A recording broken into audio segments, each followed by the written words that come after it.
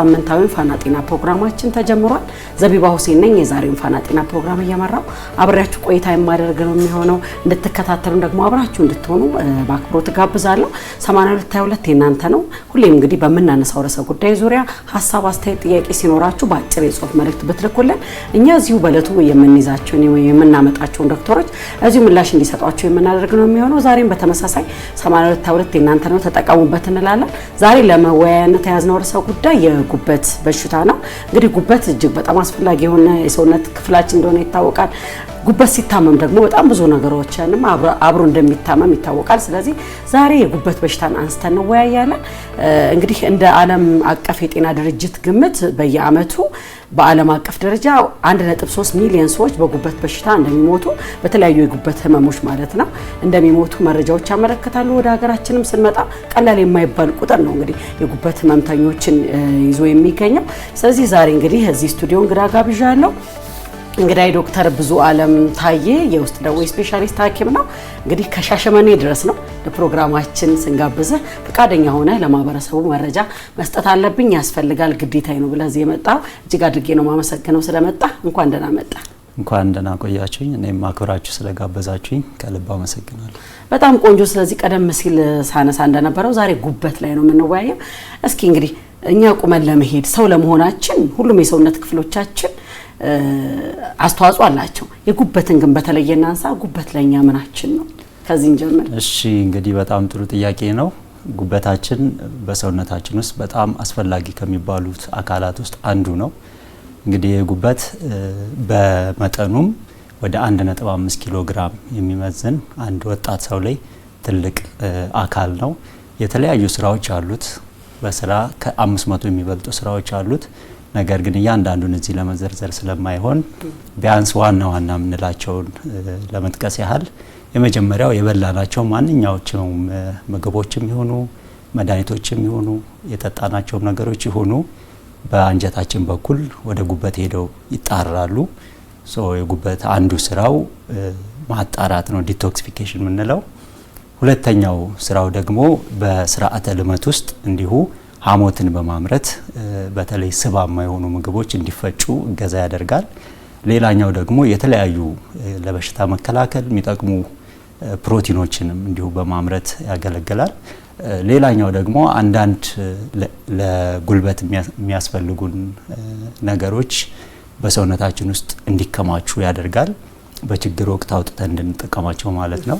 ሌላኛው ደግሞ የተለያዩ ቫይታሚኖችንም እንዲሁ በማምረት ውስጥ ይሳተፋል። እንዲሁ ሌላኛው ደግሞ ከጉበት ስራ ጋር የሚያያዘው በጉልበት በማምረት ሰው ቆሞ እንዲሄድ ጉልበት ያስፈልገዋልና ያንን ጉልበት በማምረት ሂደት ውስጥ የሚያስፈልገውን ስራ የሚሰራው ጉበት ነው። እንዲሁም ጉልበት በሚያስፈልግ ሰዓት አውጥተን እንድንጠቀም በማያስፈልግበት ሰዓት ደግሞ ለሌላ ጊዜ ተጠራቅሞ እንድንቆጥብ የሚያደርገው ጉበት ነው። ከሞላ ጎደል እነዚህ የጉበት ስራዎች ናቸው። በጣም አስፈላጊ አካል ነው። በጣም ብዙ ስራ ነው ያለው። ስለዚህ ወደ ህመሙ ደግሞ እንምጣ። የጉበት በሽታ ምን አይነት መንስኤ ናቸው የጉበት በሽታ ሊያስይዙን ሊያመጡብን የሚችሉት?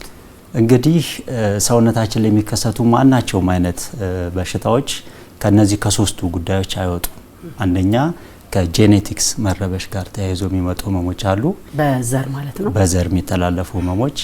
ሁለተኛ ደግሞ ከራሱ ከሰውየው የአኗኗር ዘይቤ ተነስቶ የሚመጡ ህመሞች አሉ። ሶስተኛው ደግሞ ከከባቢያችን የሚመጡብን ህመሞች አሉ።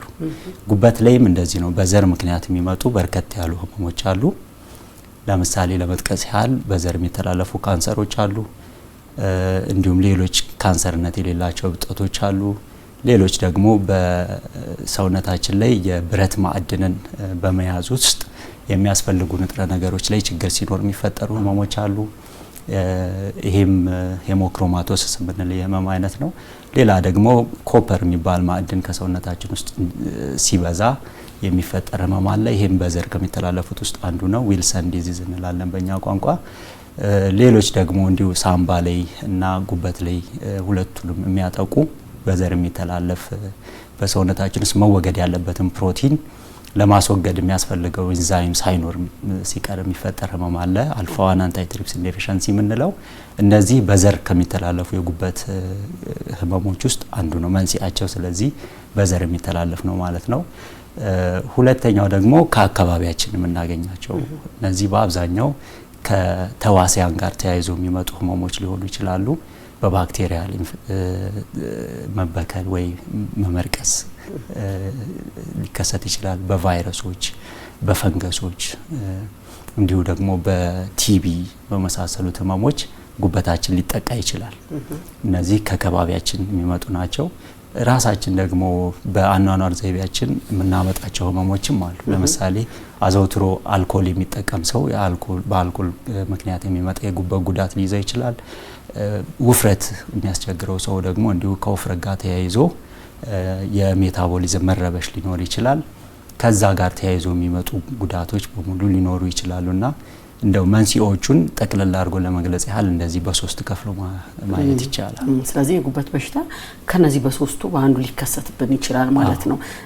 እንደው ለጉበት በሽታ የተለመዱ የምንላቸው ምልክቶች የትኞቹ ናቸው? እንግዲህ ጉበታችን በአብዛኛው ሲጎዳ ምልክት ላይ ያሳይ ይችላል እና ምልክት ካሳየ ብሎ ደክሞት የመጨረሻ ደረጃ ደርሶ ማለት ነውና መጀመሪያ አካባቢ ምንም ምልክት ላይኖር ይችላል። እንደው ምልክት ከኖረ ራሱ የጉበት ነው ብሎ ለመለየት የማያስችሉ ነን ስፔሲፊክ የሆኑ ምልክቶች ሊኖሩ ይችላሉ። እነዚህም ከፍተኛ የሆነ ድካም፣ በተለይ ድካሙ ከሰዓት የሚበረታ አይነት ድካም ሊኖር ይችላል። እንዲሁም ደግሞ ማጥወልወል፣ ማስታወክ የመሳሰሉት ምልክቶች ሊኖሩ ይችላሉ። አልፎ አልፎ ደግሞ የአይንና የቆዳዎች ቢጫ መሆን ሊኖር ይችላል መጀመሪያ አካባቢ። እየቆየ ሲሄድ ግን ስር የሰደደ የጉበት ጉዳት ሲመጣ በርከት ያሉ ምልክቶች ሊያሳይ ይችላል። ከነዚህ መካከል የሆድ ማበጥ፣ የእግር ማበጥ፣ ከትውኪያ ጋር ደም መቀላቀል፣ በጣም ብዙ ጊዜ ደሙ ቆይቶ ስለሚወጣ መልኩን ይቀይርና የቡና አተላ የሚመስል ይሆናል።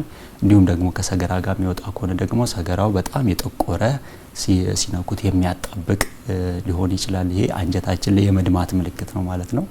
ሌላኛው ደግሞ ያው ቅድም ስራው ላይ እንዳነሳ ነው የጉበት ጉዳት ሲኖር በሽታ የመከላከል አቅማችን የቀነሰ ይሆናል።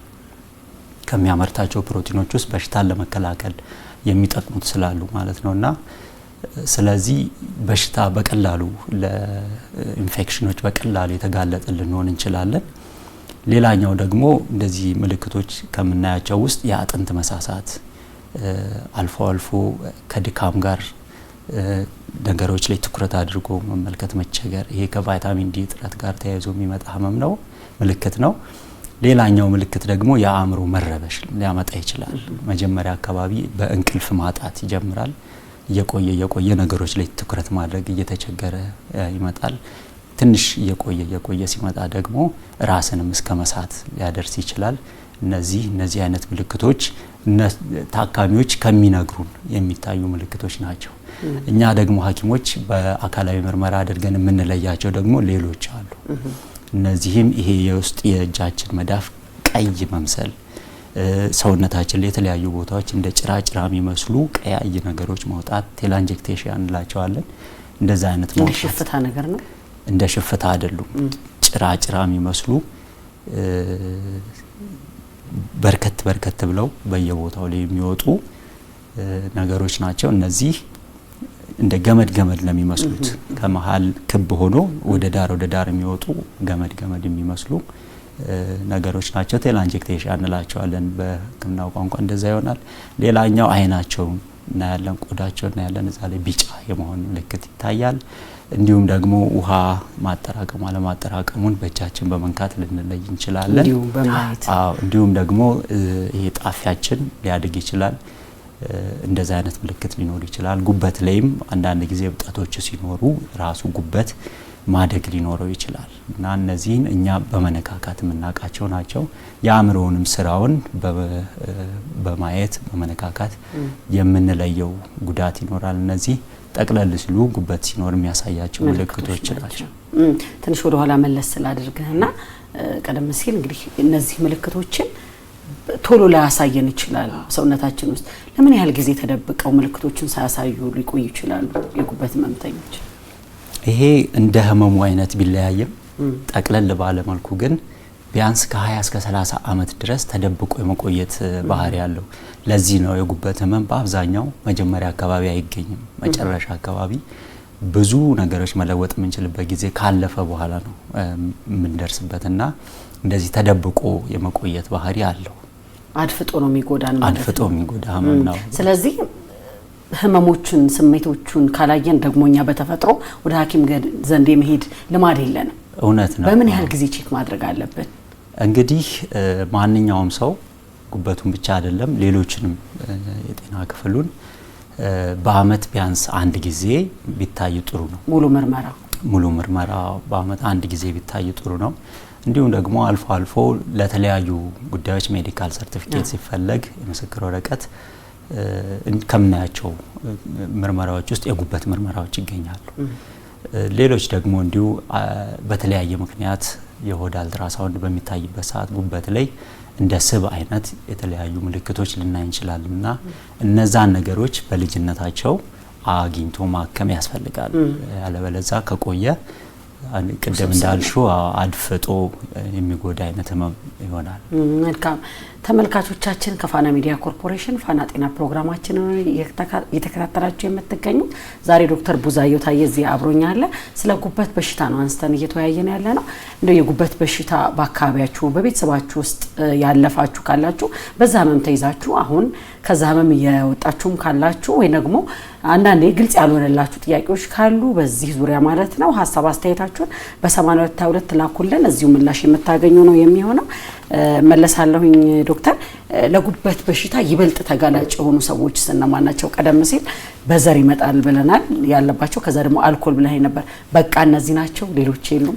አይ ሌሎችም በርከት ያሉ ምክንያቶች አሉ ለጉበት ጉዳት ሊዳርጉን የሚችሉ እንደየህመሞቹ እንደ ጉበት ህመም አይነቶቹ ቢለያዩም እንደው ጠቅለል አድርጎ ለማውራት ያህል አንዱ ቅድም እንዳነሳ ነው በዘር የሚተላለፉ ናቸው።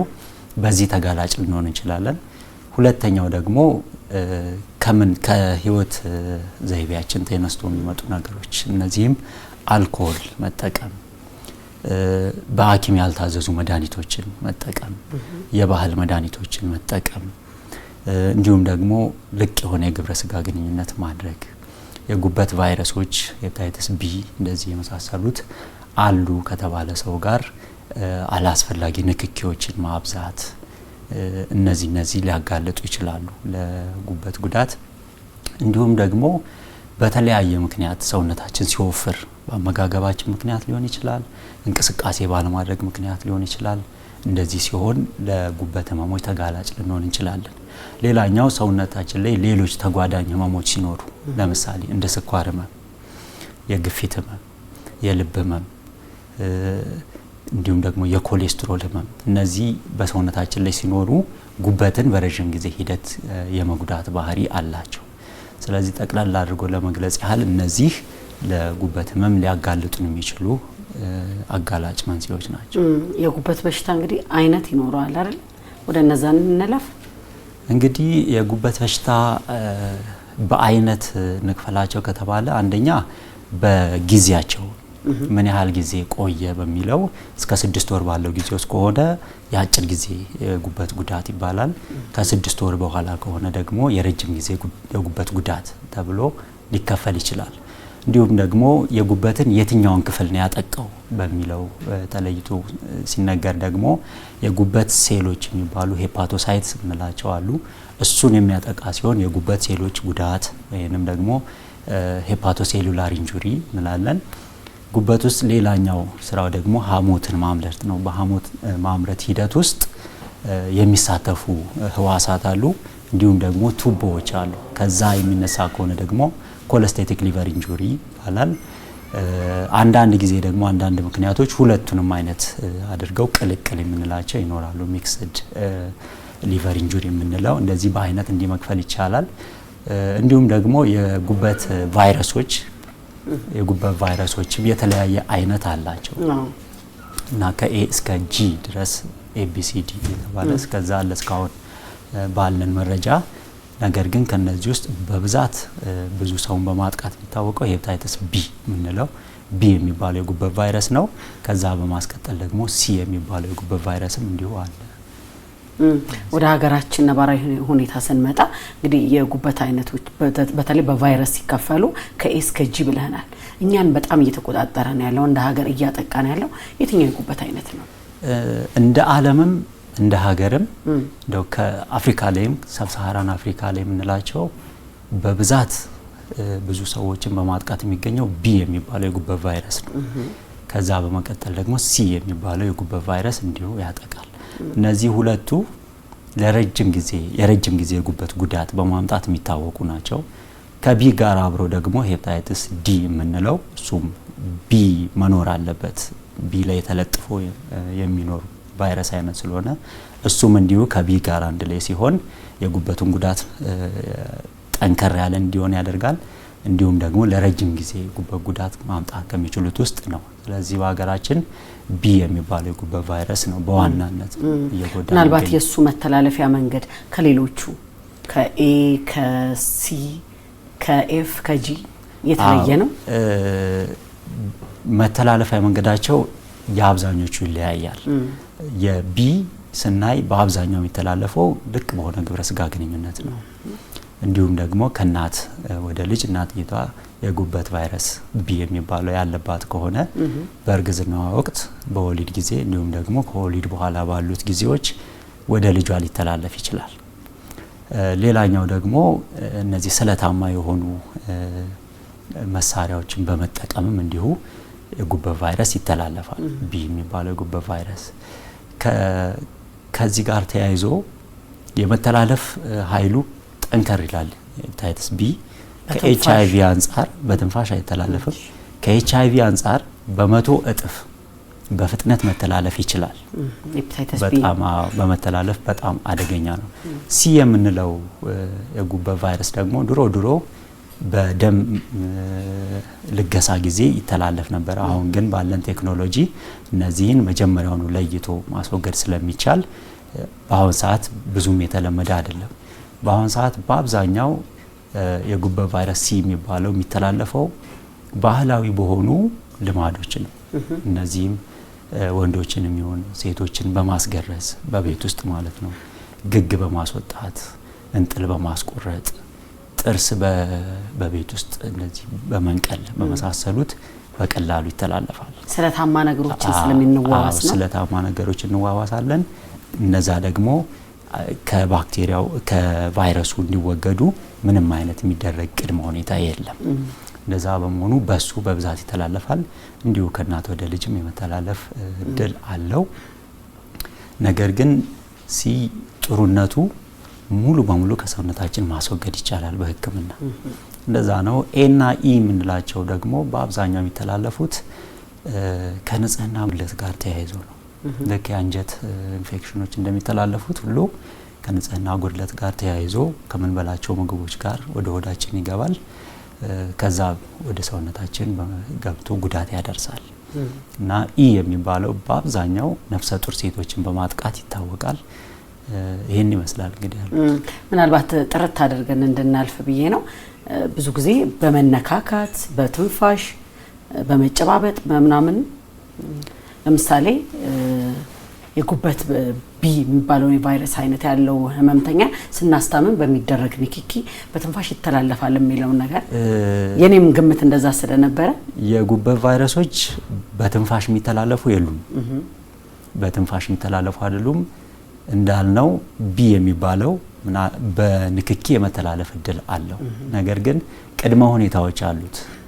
የቆሰለ ሰውነት ሲኖር፣ ህመሙ ያለበት ሰው ደግሞ በሰውነት ውስጥ ያለው የቫይረሱ መጠን ከፍተኛ ሲሆን እና ከደም ጋር ንክኪ ሲኖር በእንደዚህ አይነት ጊዜዎች የመተላለፍ እድል አለው። በንክኪ ይተላለፋል ማለት ግን በታክሲዎችም ስንሄድ ሌላም ትራንስፖርት ላይ እንዲሁም ደግሞ የቤተሰብ አባላትንም እንደዚህ እንድናገላቸው እንደማለት አይደለም። ቅድመ ሁኔታዎቹ ካልተሟሉ በመነካካትም ላይተላለፍ ይችላል። በጣም ቆንጆ ተመልካቾቻችን ከፋና ሚዲያ ኮርፖሬሽን ፋና ጤና ፕሮግራማችን እንደቀጠለ ነው። ዛሬ እንግዲህ ስለ ጉበት በሽታ ነው አንስተን እየተወያየን ያለ ነው። ሀሳብ አስተያየት ጥያቄ ካላችሁ ወደኛው ብትልኩት እኛ መልሰን ወደ እናንተ የምናቀርብ ነው የሚሆነው። አሁን ግን አንድ አጠር ያለች ያዘጋጀናት መሰናዶ አለች። እሷን ፕሮግራም ተከታትላችሁ ተመልሰን እንገናኛለን። አብራችሁ ነው።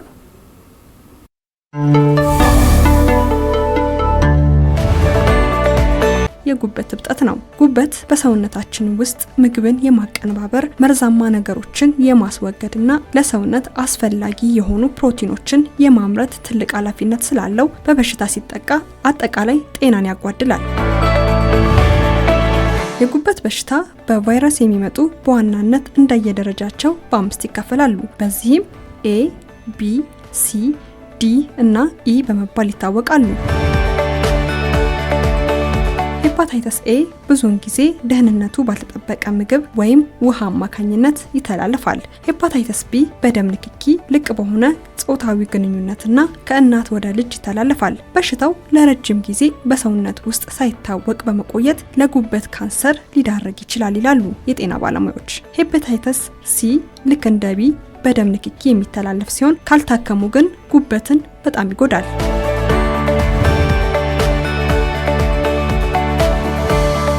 ብዙ ጊዜ የጉበት በሽታ በሰውነት ውስጥ ኖሮ ለረጅም ጊዜ ምልክት ሊያሳይ ይችላል። ነገር ግን በሽታው እየገፋ ሲሄድ የሚከተሉት ምልክቶች ይታያሉ። የአይንና የቆዳ ቢጫ መሆን፣ ከፍተኛ የድካም ስሜት፣ የሆድ ህመም በተለይ በቀኝ በኩል ከጎድን አጥንት በታች፣ የሽንት ቀለም መቀየር፣ የምግብ ፍላጎት መቀነስና ማቅለሽለሽ የመሳሰሉት ናቸው።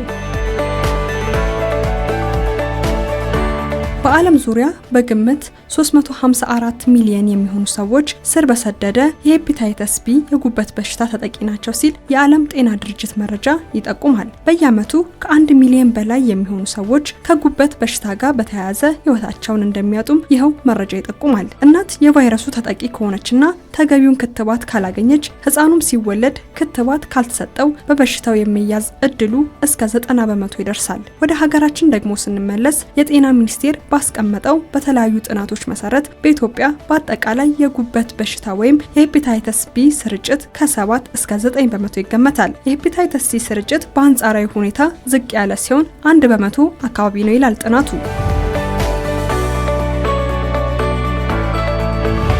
ታዲያ እንዴት መከላከል ይቻላል ከተባለ የሄፓታይተስ ቢ ክትባት ቫይረሱን ለመከላከል 95% ውጤታማ ነው። በአሁኑ ጊዜ የሚሰጡ ዘመናዊ መድኃኒቶች ከ95% በላይ የሚሆኑ የሄፓታይተስ ሲ ታካሚዎችን ሙሉ በሙሉ የመፈወስ አቅም አላቸው። አጣዳፊው ሄፓታይተስ ኤ ተብሎ የሚጠራው የጉበት በሽታ ከ90% በላይ የሚሆኑ የሄፓታይተስ ኤ የተያዙ ሰዎች ያለምንም ዘላቂ የጉበት ጉዳት በራሳቸው ጊዜ ይድናሉ ይላል። ከዛ ባሻገርም በክትባት ከአልኮል መጠጥ በመራቅ የግል ንጽህናን በመጠበቅና ነፍሰ ጡር ሴቶች የቅድመ ወሊድ ምርመራ በማድረግ መከላከል ይቻላል ሲል የህብረተሰብ ጤና ኢንስቲትዩት መረጃ ይገልጻል። በሽታው በከፍተኛ ሁኔታ የሚሰራጭ ቢሆንም በምርመራና በክትባት አስቀድሞ መከላከል ይቻላል።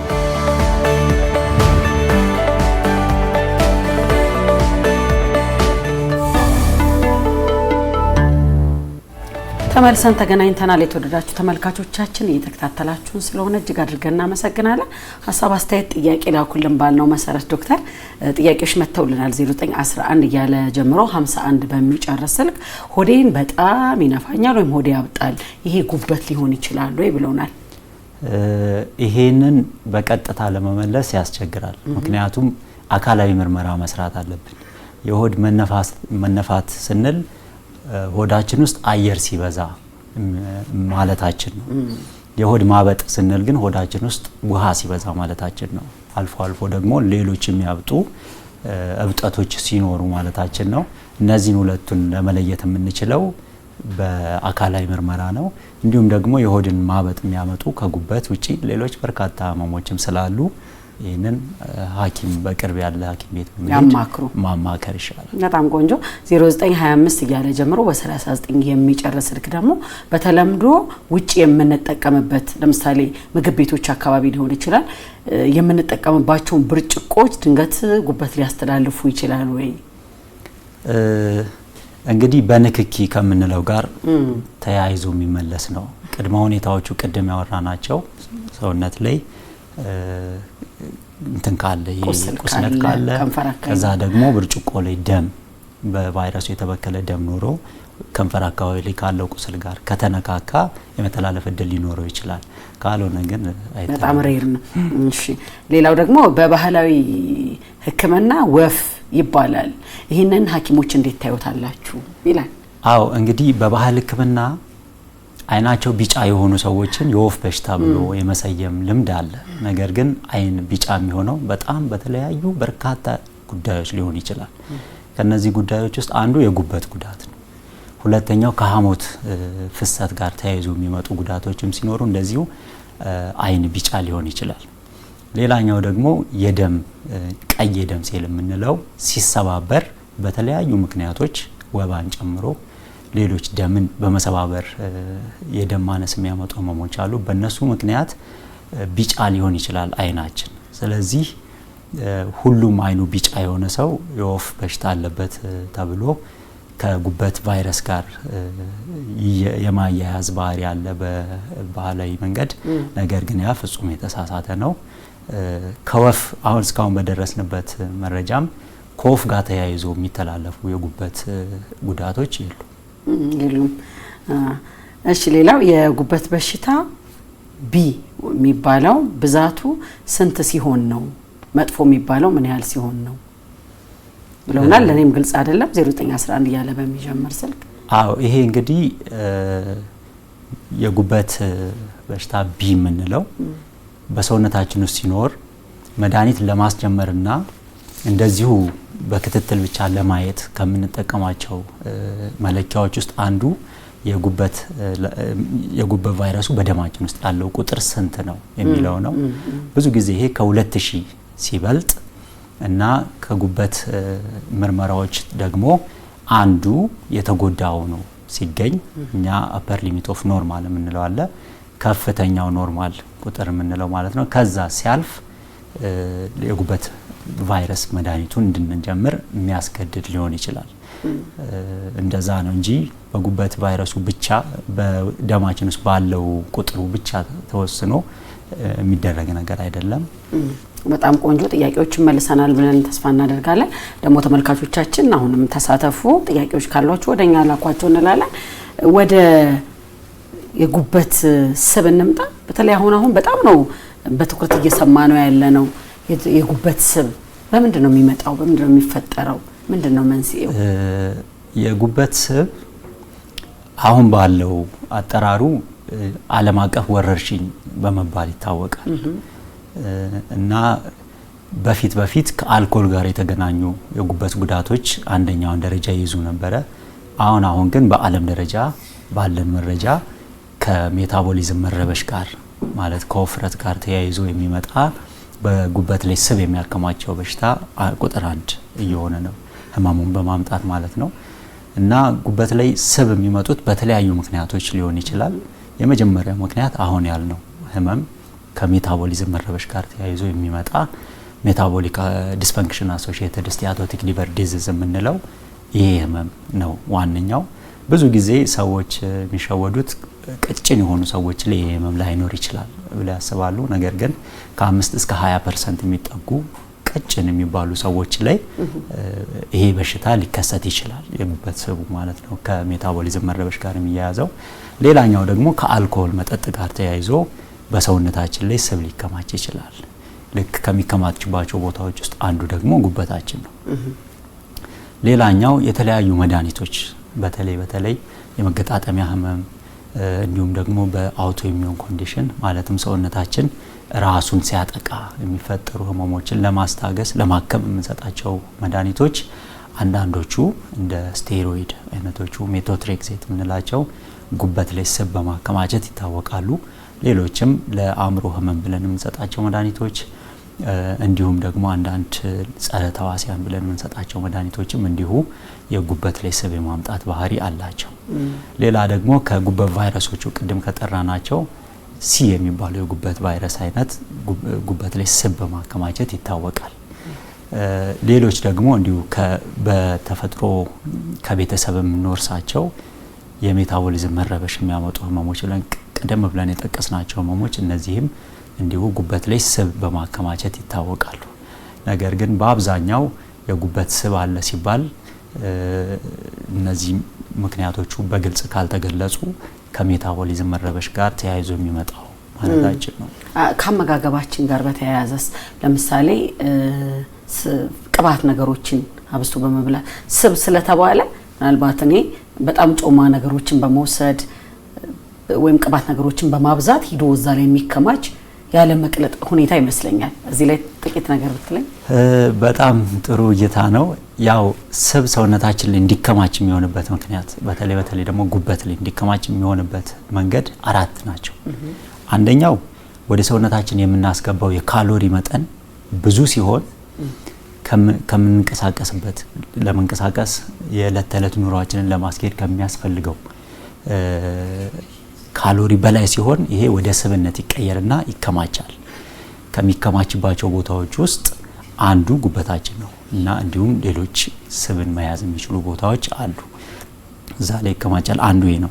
ሁለተኛው ራሱ ጉበት ብዙ ስቦችን ያመርት ይችላል በተለያዩ ጉዳቶች ምክንያት። ሶስተኛው ምክንያት ደግሞ እነዚህ መጀመሪያ የተከማቹት በከፍተኛ ሁኔታ ኪሎአችንን በአንዴ ስንቀንስ ወይ ደግሞ ምግብ በአፋችን መመገብ ትተን በደም ስር አንዳንድ ጊዜ አይሲዩ የሚተኙ ታካሚዎች በደም ስር ለረጅም ጊዜ ስንሰጣቸው ሰውነታቸው ላይ ተከማችቶ የነበረው ስብ ህዋሳት ውስጥ ያለው ስብ ወደ ጉበታችን በብዛት ይጓጓዛል።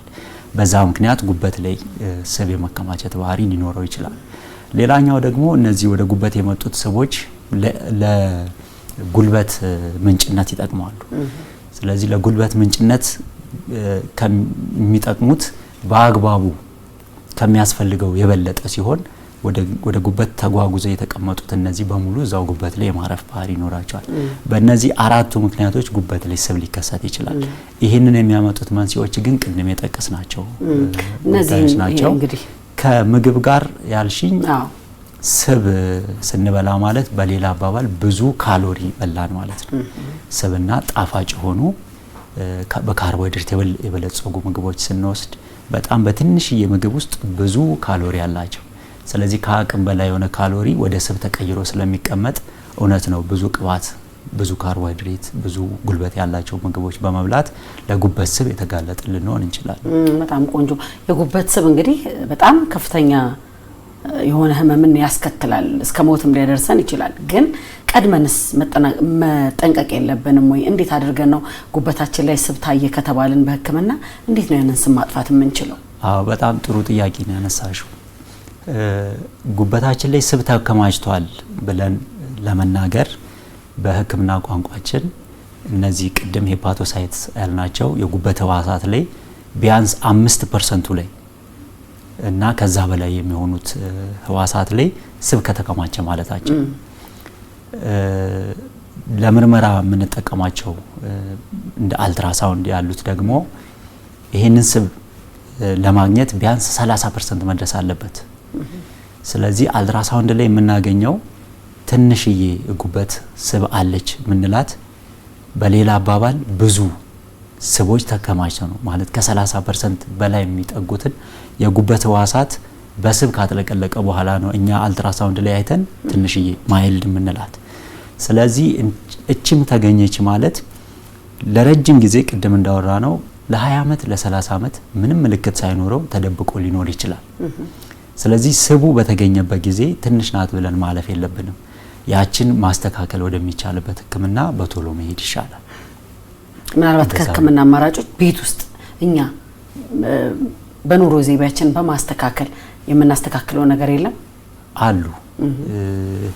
አሉ። ከነዚህ ውስጥ አንዱ የአካል ብቃት እንቅስቃሴ ማድረግ፣ ሁለተኛው የምንመገባቸው ምግቦች መለየት፣ ቅድም ያወራናቸው ከፍተኛ ካርቦሃይድሬት፣ ከፍተኛ ዘይት፣ ቅባት የያዙ ምግቦችን መቀነስ፣ በጥንቃቄ መጠቀም እና ምግብ ውስጥ ደግሞ በአብዛኛው ፕሮቲኖችን እና ቫይታሚን እና ማዕድኖችን ማብዛት ያስፈልጋል። መልካም። ያኗኗር ዘይቤያችንን እንዴት ትገልጸዋለህ? እንደ ሐኪም እንደ ዶክተር ያለው እኛው ማህበረሰብ ውስጥ ነውና እንዴት ታየዋለህ? በተለይ በአካል ብቃት እንቅስቃሴ ከማድረግ ጋር በእግር ከመጓጓዝ ጋር በተያያዘ እንደው እንዴት ያለነ ያው ምን ትመክረናለህ? በዛው ሀገር እያደገ ሲሄድ እንዲ ዘመንም እየተቀየረ ሲሄድ ለመጓጓዣ የምንጠቀምባቸው ነገሮችም እንዲሁ እየተቀየሩ የመጡ ነው። ድሮ አባቶቻችን በእግራቸው ብዙ ኪሎ ሜትር ይጓዙ ነበር እና ምንም ነገር ቢበሉ በእግር ስለሚጓዙ ወዲያውኑ ለጉልበት ምንጭነት ስለሚያወጡት ሰውነታቸው ላይ የሚከማች ስብ የለም። አሁን ግን በደንብ አስተውለሽ ከሆነ ከቤታችን ስንወጣ መኪና እንጠቀማለን ወይ ታክሲ። ከዛ ስራ ቦታችን ላይ ስንመጣ ደግሞ ሊፍቶች አሉን። ደረጃውን እንኳን እንጠቀም በሊፍት የምንፈልግበት ቦታ ወዲያው እንደርሳለን። ከዛ እንደዚህ ደግሞ ቢሮዎች ውስጥ ስንገባ ደግሞ ተሽከርካሪ የጎማ ያላቸው ወንበሮች አሉ። እነሱ ላይ እንላለን ብድግ ብለን ወረቀት ለማንሳት እንኳን ጊዜ እንዳንፈጅ የተሳለጠ አገልግሎት እንድንሰጥ እነዚህ አይነት ነገሮች አሉ።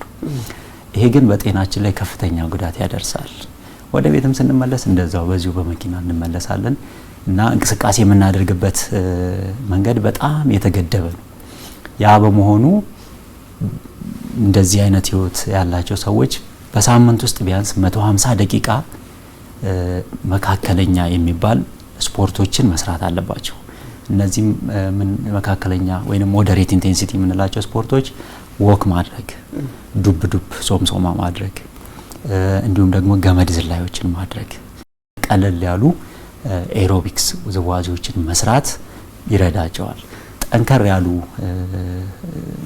እንቅስቃሴዎች ደግሞ ማለት ስትሬኒየስ ኤክሰርሳይዝ የምንላቸው ክብደቶችን ማንሳት የመሳሰሉትና ጠንከር ያሉ ካርዲዮ ኤክሰርሳይዞችን መስራት ያስፈልጋል። ይሄ ደግሞ ቢያንስ በሳምንት ውስጥ 75 ደቂቃ ያህል ማለት 3 ቀን 25 ደቂቃ በደንብ ስፖርት ላይ የዋለ 25 ደቂቃ ብቻ አድርጎ ይሄንን ማካካስ ይቻላል። ቀደም ሲል ስታነሳልኝ የነበረው የሰውነት ክብደታችንንም በአንዴ በጣም በብዙ መቀነስም የጉበት ስብ ሊያመጣ ይችላል ነበር። እንዴት አይነት ስፖርት ነው? እንዴት አይነት አቀናነስ ነው? ይሄ በጣም ጥንቃቄ ይፈልጋል። ብዙ ጊዜ በአንዳንድ ሰዎች በዚህ በሶሻል ሚዲያ 110 ነበርኩ በአንድ ወር ውስጥ 70 ገባው እንደዚህ በጣም ፈጣን የሆነ የኪሎ መቀነስ እንደዚህ ያሳያልና ኪሎን ቀንሰዋል፣ እውነት ነው። ነገር ግን ኪሎን በመቀነስ ሂደት ውስጥ ለጉልበት ምንጭነት እየተጠቀሙ የነበሩት ስባቸው። ስለዚህ ከስብ ህዋሳት ውስጥ ስቡ ወደ ጉበታችን በአብዛኛው ስለሚተላለፍ ጉበት ላይ ተከማችቶ የመቆየት ባህሪ አለው። ስለዚህ የምንቀንሰው በተመጠነ መልኩ መሆን አለበት እና በተመጠነ መልኩ ማለት ቢያንስ ከ3 ወር እስከ 6 ወር ባለ ጊዜ ውስጥ የሰውነታችንን ከ5% እስከ 7% ያህሉን መቀነስ ይጠበቅብናል፣ ረዘም ባለ ጊዜ ውስጥ ማለት ነው። አንዳንድ ጊዜ ደግሞ ውፍረታችን ብዙ ከሆነ በጣም የበዛ ከሆነ ቦዲ ማስ ኢንዴክስ በምንለው ከ40 በላይ እንደዚህ ሲሆን የዛን ጊዜ ደግሞ እስከ 10% ድረስ እንዲቀንሱ እንመክራለን። ከዛ በኋላ ይሄንን ባለበት ማስጠበቅ ያስፈልጋል። ለረጅም ጊዜ ከተውነው ይተወናል፣ እሱ ተመልሶ ይመጣል። ስለዚህ ይሄንን ማስጠበቅ ያስፈልጋል እና በቀላሉ ስብ ለመቀነስ የሚያስፈልጉት እንቅስቃሴዎች በጾመ ሆድ ወክ ማድረግ፣ የእግር ጉዞ ማድረግ ቢያንስ ለ12 ሰዓት ከጾምን በኋላ ከዛ በኋላ የእግር ጉዞ ማድረግ ስባችንን እንድንጠቀም ያደርጋል። ምክንያቱም የበላነው ምግብ ለጉልበት ኃይልነት የሚጠቅመው ከበዛ ለ8 ሰዓት ነው። ከ8 ሰዓት እስከ 12 ሰዓት ባለው ጊዜ ውስጥ ደግሞ ጉበታችን ቅድም ለአንዳንድ ንጥረ ነገሮችን ለማከማቸት ይረዳል ካልኩት ውስጥ ግላይኮጅን የምንለው ንጥረ ነገር ነው። ይሄ ወዲያውኑ ተሰባብሮ ወደ ግሉኮስ ከዛ ወደ ኃይል ምንጭነት የሚቀየር ነው። ይሄ ደግሞ የቀረችውን 4 ሰዓት የምንጠቀምበት ነው። ከ12 ሰዓት በኋላ በተለይ እስከ 16 ሰዓት እንደዚህ ከጾምን በኋላ ግን እነዚህ ሶርሶች አይኖሩም።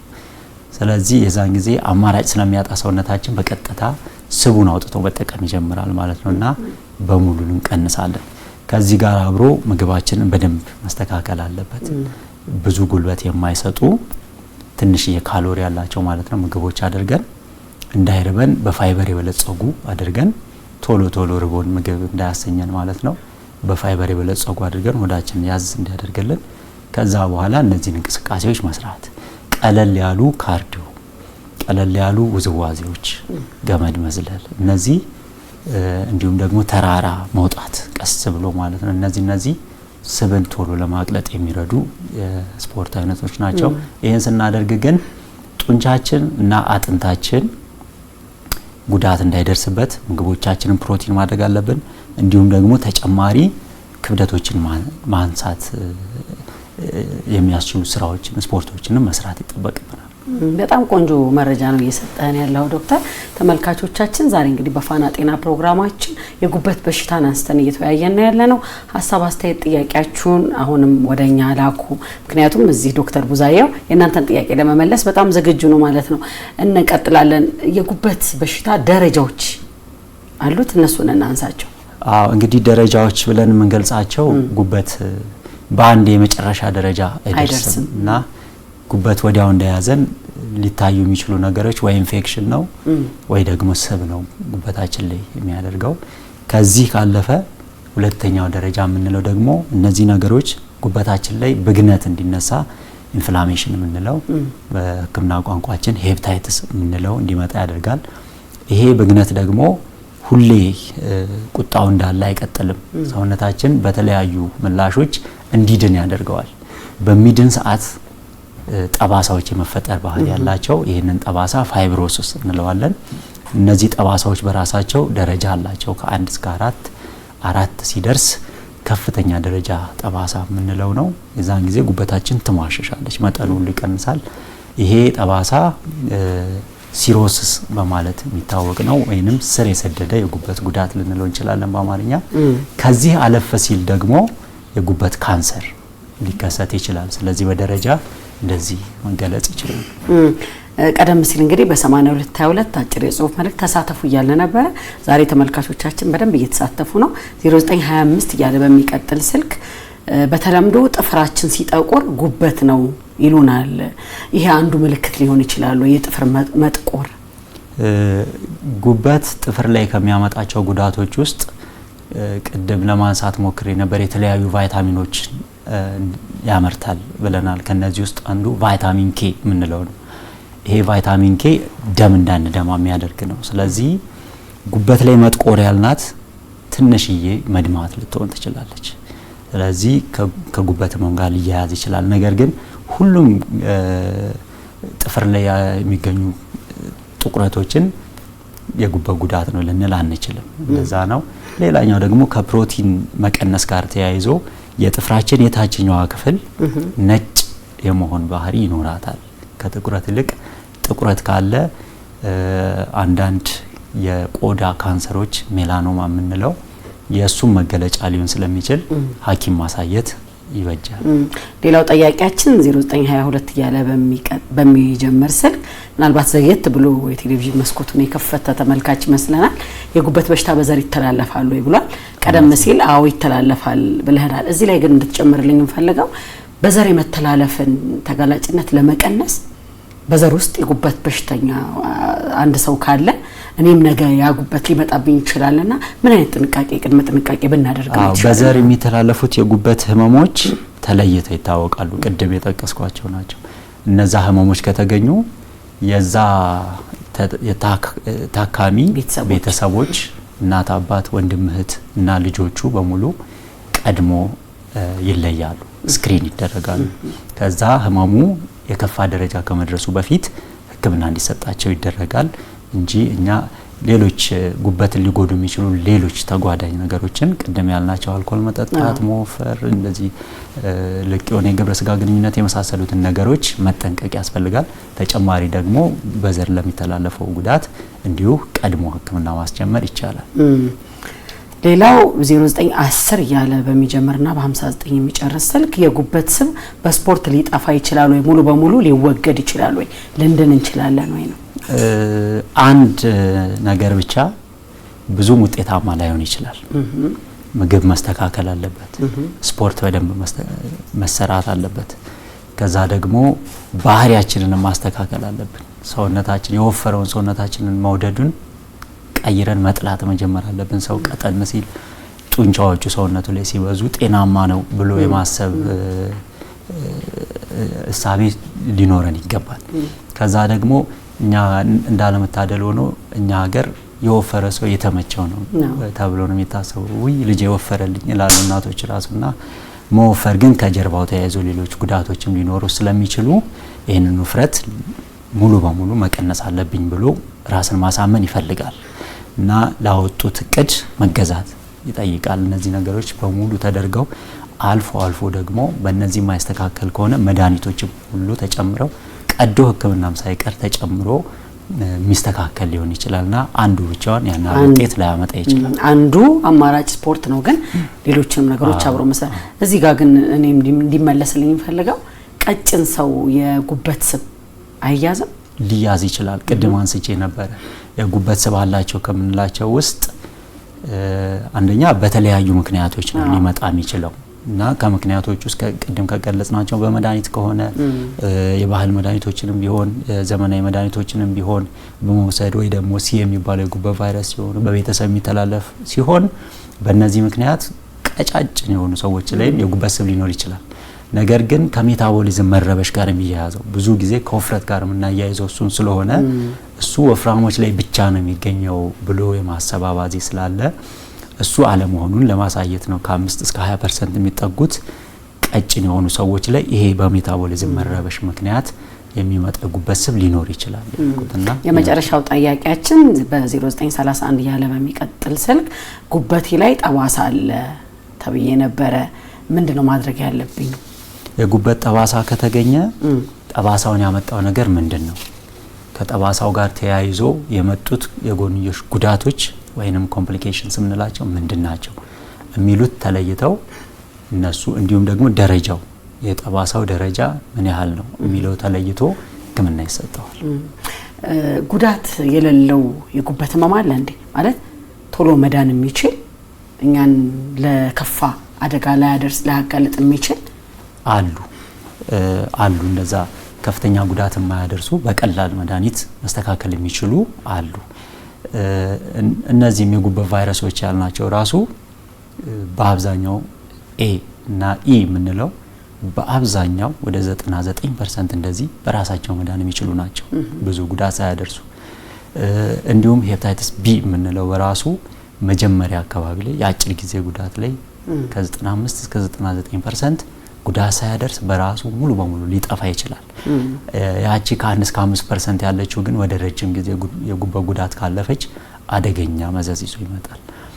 እንደዛ ነው። ሌሎች ደግሞ በኢንፌክሽን ምክንያት የሚመጡ በተዋሲያን የሚተላለፉ ህመሞች ከቲቪ ሊሆን ይችላል፣ ከባክቴሪያ ሊሆን ይችላል፣ ከፈንገስ ሊሆን ይችላል። አልፎ ደግሞ ከፕሮቶዞዋ አሜባ ከምንለው እንዲሁም ኢክኖኮከስ ከምንለው የሚነሱ የጉበት ህመሞች በቀላል ሕክምና በአጭር ጊዜ ውስጥ ሙሉ በሙሉ ሊድኑ ይችላሉ።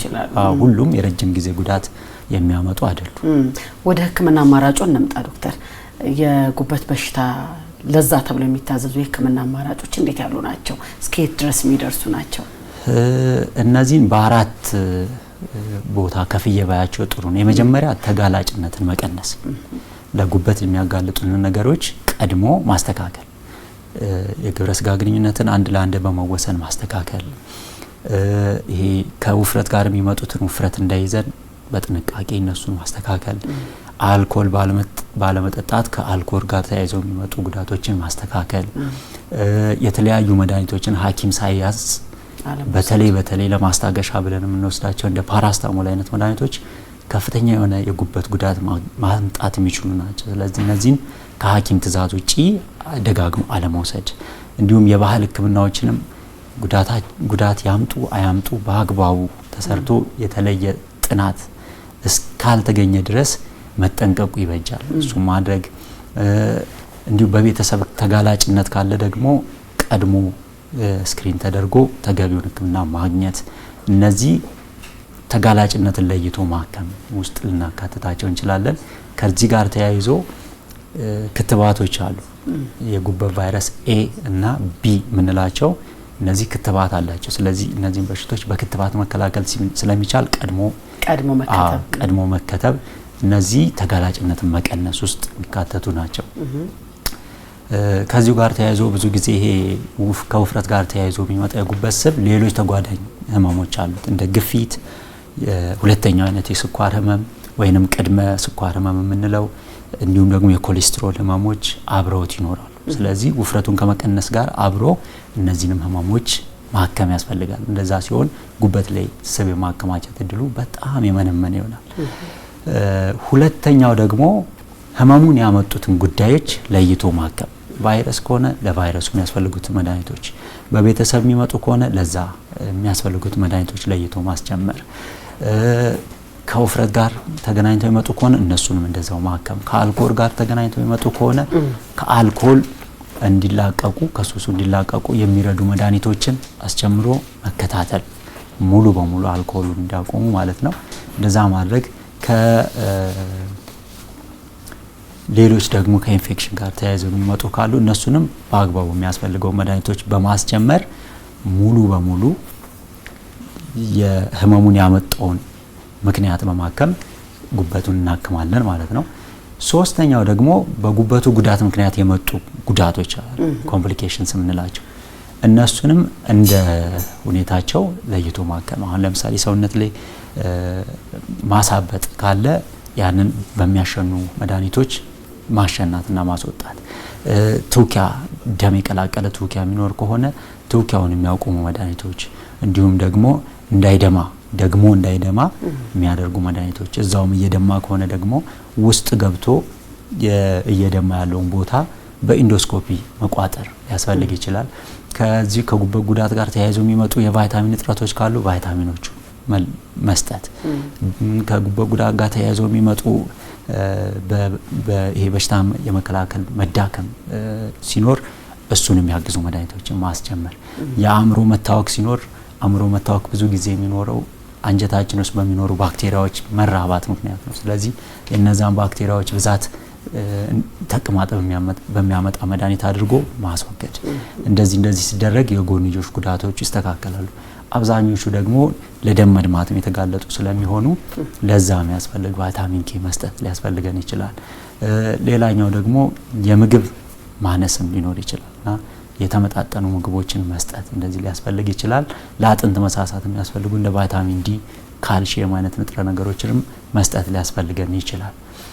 አራተኛው የምንለው ደግሞ በዚህ ሁሉ ህክምናዎች እና ክትትል አልሻል ላለው ሰው ሙሉ ጉበቱን አውጥቶ በንቅለ ተከላ መመለስ፣ እንደዛ አይነት ህክምና አለን። እንደ ሀገር እሱን ጀምረናል። እንደ ሀገር የጉበት ንቅለ ተከላ እስካሁን እኔ ባለኝ መረጃ አልተጀመረም። ግን ቴክኖሎጂው እዛ ደርሷል። ሙሉ በሙሉ ምናልባት በወቅቱ ያልታከመ የጉበት በሽታ ምን አይነት ውስብስብ የሆኑ ችግሮችን ይዞብን ይመጣል? አዎ አሁን ያልናቸው ናቸው። የአእምሮ መታወክ ሊኖር ይችላል፣ የኩላሊት ጉዳት ሊኖር ይችላል፣ የሳምባ የልብ ራሱ ጉዳት ሊኖር ይችላል። ሰውነት ላይ አላስፈላጊ ውሃ እንዲጠራቀምና እንቅስቃሴያችን እንዲገድብ ሊሆን ይችላል። ከፍተኛ የሆነ የደም ማነስ ምልክቶች ሊኖሩ ይችላሉ። የቫይታሚኖች እጥረቶች ይኖራሉ። የአጥንት መሳሳት፣ የጡንቻ መሳሳት በጣም ይከሳሉ የመጨረሻ አካባቢ ላይ ሲሆን እንደዚህ አይነት ጉዳቶች እና ሌሎችም አሁን ያልገለጽኳቸው ጉዳቶች ሊኖሩ ይችላሉ። ጉበት ካንሰር የሚሆነው መቼና እንዴት ነው ወደዛ የሚቀየረው? በጣም ጥሩ ጥያቄ ነው። የጉበት ካንሰር የሚመጣባቸው ምክንያቶች በርከት ያሉ አሉ። ግን ሶስቱ፣ አንደኛው በዘር ለጉበት ካንሰር የተጋለጠ ልንሆን እንችላለን፣ ቅድም እንዳነሳ ነው። ሁለተኛ አብዛኞቹ የረጅም ጊዜ የጉበት ጉዳት የሚያመጡት ህመሞች የጉበት ላይ ብግነት ያመጣሉ፣ ኢንፍላሜሽን እንለው። በዚህ ወቅት ደግሞ ከፍተኛ የሆነ የህዋሳት መቀያየር አለ፣ ከፍተኛ የሆነ ሴሉላር ተርኖቨር አለ። ሴሎች ቶሎ በሚቀያየሩበት ሰዓት ቶሎ መመረት አለባቸው፣ መወገድ አለባቸው፣ መመረት አለባቸው፣ መወገድ። በዚህ ሂደት ውስጥ ካንሰርነት የሚያመጡ ሙቴሽን የምንላቸው መለወጦች ሊኖሩ ይችላሉ። ሶስተኛው ምክንያት ደግሞ አንዳንዶቹ ቫይረስ በተለይ እንደ ሄፓታይተስ ቢ አይነቶቹ ቫይረስ ከራሳችን ህዋሳት መመረት ጋር ራሳቸውን ያስገቡና ዘረመል የምንለው ውስጥ ራሳቸውን ያስገቡና የኛ ህዋስ የቫይረሱ ህዋስ እንደሆነ ሳያቅ እንዲመረቱ ያደርጋሉ። በዚህ ሂደት የሚመረቱት ሴሎች የተቀየሩ ካንሰርነት ያላቸው ሴሎች ሊሆኑ ይችላሉ። ስለዚህ በእነዚህ ሶስት ምክንያቶች የጉበት ካንሰር ሊኖር ይችላል። አንዳንዴ ምንም አይነት የጉበት ብግነቶች ሳይኖሩ ቀጥታ በዘር እንዳልነው ቀጥታ ወደ ጉበት ካንሰር ሊሄድ ይችላል።